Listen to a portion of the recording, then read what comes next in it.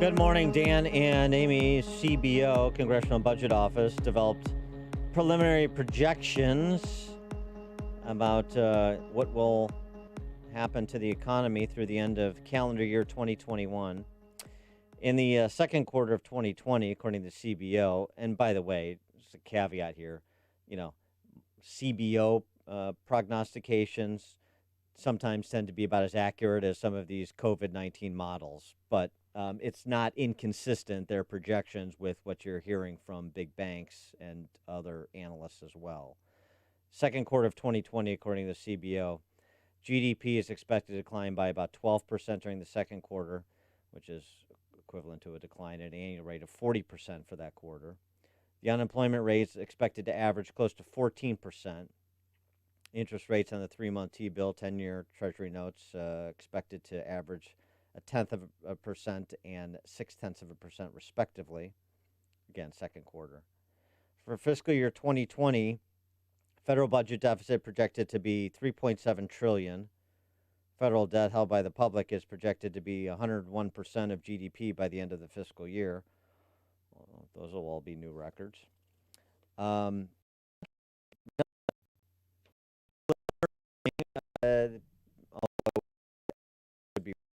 Then again, it could always be worse, as Ted Fortsman was fond of saying. People always underestimate how good things can get and how bad things can get. Bank of America CEO Brian Moynihan was on Face the Nation, and here's what he had to say about what Bank of America sees, his analysts see, for the immediate future of America's economy. Well, I think there's two things to think about. First of all, the base assumptions for that 5 weeks ago changed pretty dramatically. There was sort of a low growth U.S. Now it's a negative 6% in our case, our experts' estimates, and plus 6% in 21. But the key is to understand the quarterly flow of that. So it's a deep recessionary environment in the second quarter, a less deep in the third quarter, and then growth in the fourth quarter. So it's minus 30, minus 9, plus 30 on an annualized basis, and then grows next year double digits and then works its way down to single digits. So in effect, that's one thing to think about. Is this a deep recession and back out? And there's great debate about how that works, but our experts think it's late next year when the economy gets back to the same size it was prior to this. Late next year that we're back to pre-pandemic levels, according to B of A, whose estimates are a little bit rosier than CBO's. If to the extent you can call anything here rosy. He also, though, Moynihan pointed out what he sees as an indicator for some optimism on the consumer spending side. And it's starting now to grow in certain areas, especially as you see it kind of hit bottom. So one of your earlier guests is in the entertainment business. That's still very far down. But other businesses are starting to come on after the first round of provision buying, which was a flood of activity. You're now seeing that level out. That actually provides some hope that as the economy opens up in pieces and safely, you'll see that consumer spending continue to grow, which will help fuel the U.S. economy. And so that's the second piece to keep aware of is first the economic projections, but secondly, the cash flow and the stimulus, the PPP, the unemployment, the $1,200 EIP payments, all those things are going in the economy, and we're starting to see the effect of those. Let's pick it up there with Jim Iourio. Jim Iourio, CNBC contributor and restaurateur in the northwest suburbs of Chicago, Branson, Palatine to be specific. Jim, thanks for joining us. Appreciate it. Thanks for having me.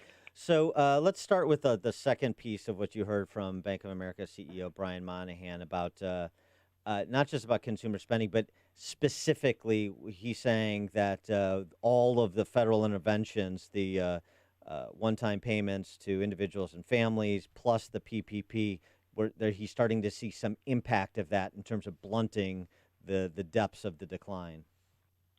I think there's no question about that, but I think there's something that's more important regarding the government stimulus, and we've seen a little microcosm of that in the last 12 hours. Bank of Japan just increased stimulus, started increasing their bond buying project, and it ended up in our stock market. Our stock market's up about 0.8% just this morning. So there's two different facets to it. One is what real effect central bank money, particularly Fed money domestically, obviously, is going to have on the consumer and on the economy. And I think that's going to be relatively large. And one of the things that's different than what we did in 2008, 2009 is a lot of this money is going directly to the people, which I think is a good thing, and I think it'll increase spending like it's supposed to.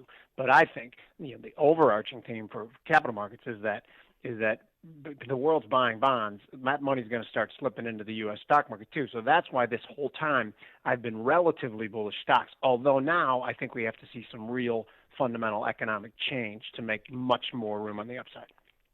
And so, fundamental economic change. What do you mean by describe that? We got to get more back to detail. work. Yeah. Okay. I mean, the facts have changed. The facts have changed over the last 2 weeks considerably, it seems like. And it seems like the market knows this. The market sees 5 different instances that are suggesting that the fatality rate, and I don't know anything other, but I read a lot.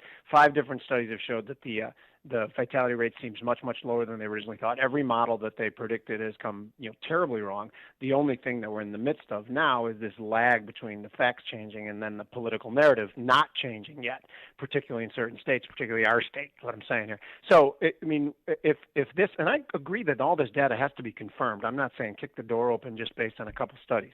So if we can confirm this, and then it's less fatal than we thought at first, and get people back to work, and we can see restaurants with maybe not full crowds in them, but people in them and things going back. That's what the stock market wants to see now, I think. Yeah, and that's what they're doing in Tennessee starting today. Restaurants are reopening, but you only can be 50% capacity. So that's what I assumed was going to happen here. We talked about this. You guys and I talked about this last week. That's been our assumption the whole time, and we've been game planning for that, even though the government hasn't said that at all. But I think because it makes sense, as long as one thing that's really interesting to me is last week at Brands, and this is just anecdotally from watching people come in. The fearful people have gotten more fearful, but the bold people have gotten more bold. We're getting calls all the time like, "Oh, can we sit out on your patio and eat our food there and drink drinks there?" And then we have more people who are coming in who seem terrified. So the question is when we open things up again, is there enough of those bold people to jump in the water first? And I think the answer is yes, but we're going to see. Let me tell you something, Jim. That was a masterful embedded promo of your restaurant. That was so much. It was wonderful. I mean, because I want to sit on the patio and have a Kinda drink what and I a do. burger. Yeah, you're not just you're a marketing guy too, not just a financial No guy. doubt. Don't sell yourself short. Always be selling. That's man. right. Always be selling. Yeah. On the public sector pension score, Len Gilroy, managing director of Reason Foundation's Pension Integrity Project, quote, "It's becoming apparent we've just experienced a lost decade for public pension solvency, and that policymakers will need to abandon the failed myth that they can invest their way out of this problem." Well, we're not ready to abandon that myth yet here in Illinois, but do you agree with the premise of that Mr. Gilroy advanced? Just to be clear on something, I was ready to abandon the myth 6 months ago before we ever even heard of coronavirus. I mean, the thing, and this is something that I find terribly unfortunate, and I'm not suggesting anything. I'm just going to paint perhaps a nefarious picture that I know a lot of people who this could affect if they were in the higher ups in government in Illinois. They had a situation that was completely unsalvageable 6 months ago, and then 3-4 months ago comes coronavirus. This to me seems, and let's say it's real. Let's say the economic impact is, of course, is real, obviously, and let's say it's something to be fearful about. But a distant offshoot of that is when it all burns down and lays on the ground. People can point to and say, "Gosh, wow, that coronavirus really got us." Well, you and I know that's not what really got us. We were completely unsalvageable to begin with. So, to me, is there motivation to be like, wow, point fingers and blame it? Of course there is. I'm not saying they're doing that. I'm saying we should be worried about that. Well, here's the problem they have with that messaging strategy is that really got us, and so our pension funds capsized, or some of them did, for example. New Jersey, some of them did, perhaps. But in the rest of the states, the majority of the states, probably like 95% of them, that didn't happen. So why didn't it happen in all the states if it's just COVID-19?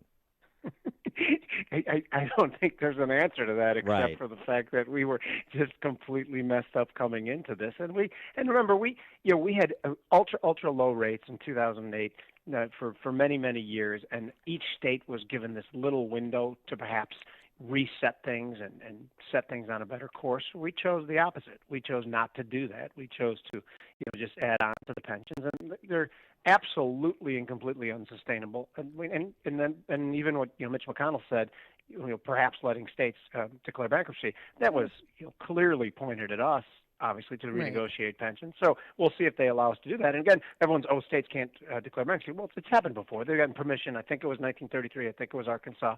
But things have happened before that let states renegotiate with their creditors.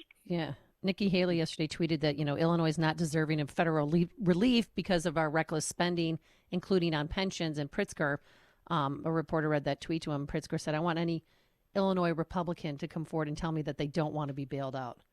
Well, no, this is so funny because I was speaking to friends the other day, and they asked almost the same question. And I said, there is something that's totally different, and I don't think it's hypocritical at all to sit back and say this ideologically, this is absolutely absurd, and Illinois deserves everything it gets. But then, so you can argue against the system, but we're still in that system. And then if all of a sudden, if money is being handed to us, we didn't change the system, so here's the money. Okay, I'll take the money. And I could sleep well at night doing that, even though I'll argue the whole time that the system is stupid, but that doesn't mean you have to just not take the money. So I take the money. Does that sound terribly hypocritical or no? No, not really. But here's the thing. Here's the lie of that. There's layers of lie, but let's start at the top.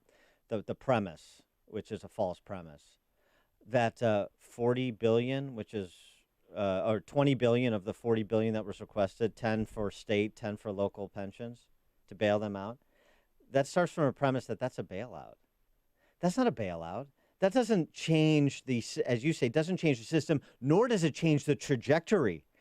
The problem with Illinois' pension systems is the benefits are too rich. That's what makes them unsustainable. It's not, yes, we've exacerbated by skipping pension payments and doing all sorts of other skullduggerous tactics, but the fundamental problem is you can finance them in the best of times, as we've proven.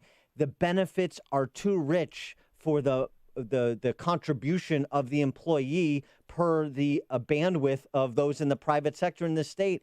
It is fundamentally incapable of producing what they promised to produce. You can't make that work any more than you could make Bernie Madoff's Ponzi scheme work ultimately. Okay, and I can add something to that as well, because first of all, that's absolutely true, and that the benefits are too rich. But secondly, there's in everything in the private world, there's mechanisms built into a system that have to adjust for different and drastic economic times. Within our pension system, there's not. So just that rigidity would always just let it sit there and wait for something to drastically change economically. And low rates for 10 years, which changes completely net present value of pensions for retirees, and that doesn't change within the system, so it even makes it worse. So it's the two things that go together: the rigidity plus the fact that the benefits are clearly too rich. Right, and here's the other thing with his, go ask your Illinois Republican friends if they wouldn't take the money, blah, blah, blah. Right. Let me tell you, I'm not in the business of trying to hurt people. I'm in the business of just trying to tell people how they're going to be hurt by terrible public policy. And Illinois Republicans have been part of everything that's wrong with this state. So, what Illinois Republican should we ask? Here's the point. I wouldn't take the money and I would advocate against taking the money unless there were strings attached, like Andrew Biggs writes over the weekend in the Wall Street Journal. There have to be structural changes attached to any money that a New Jersey or an Illinois or a Connecticut or a Kentucky would receive, because otherwise you're doing a disservice to your constituents by perpetuating a system you can't finance, not only destroying people's home values. Oh, by the way, if you could actually connect dots in this state, but also indebting future generations of Illinoisans who actually won't be in Illinois. So you're forcing people to flee from their undervalued homes because you've destroyed the home equity by running a pension system you can't afford, and you're the good guy. That's how upside down this fracking state is, as far as I'm concerned. Clearly, you and I just reached consensus on that. Absolutely, I think that should be completely within the rules. Is that we have to change our ways. I don't have a high confidence level of that, and I don't suspect you do either. Secondly, I hope it's me that got you all riled up this morning, because I really enjoy this Dan. I want more of this Dan. You talk pensions and property taxes. You got and a there we go. Dan Proud. We're on a sled heading down a hill. I'm hungry, and I started thinking about a burger from Brandt's, and then that got all upset me. Yeah. See, I can do an in bed too, Jim. Love it. Jim Iourio, CNBC contributor. Jim, thanks for joining us. Appreciate it. Thank you guys for having me. Thanks, and he joined us on our turnkey.pro answer line. This is the morning show more Chicago radio listeners are choosing. This is Chicago's Morning Answer on AM 560. The Answer. These are tough times for everyone, so dealing with your timeshare may not be your biggest concern. But when this passes, do you still want a lifetime of payments, fees, and commitments for a timeshare you were misled into buying? Hi, I'm Chuck McDowell, CEO and founder of Wesley Financial Group. 10 years ago, I started the timeshare cancellation industry by exposing the ugly truth about timeshares and giving folks the straight facts. I've been fighting the timeshare giants ever since, so no one knows this industry better than me and my team. Today, we have over 200 employees and have saved our clients an average of $65,000 in lifetime payments. Imagine putting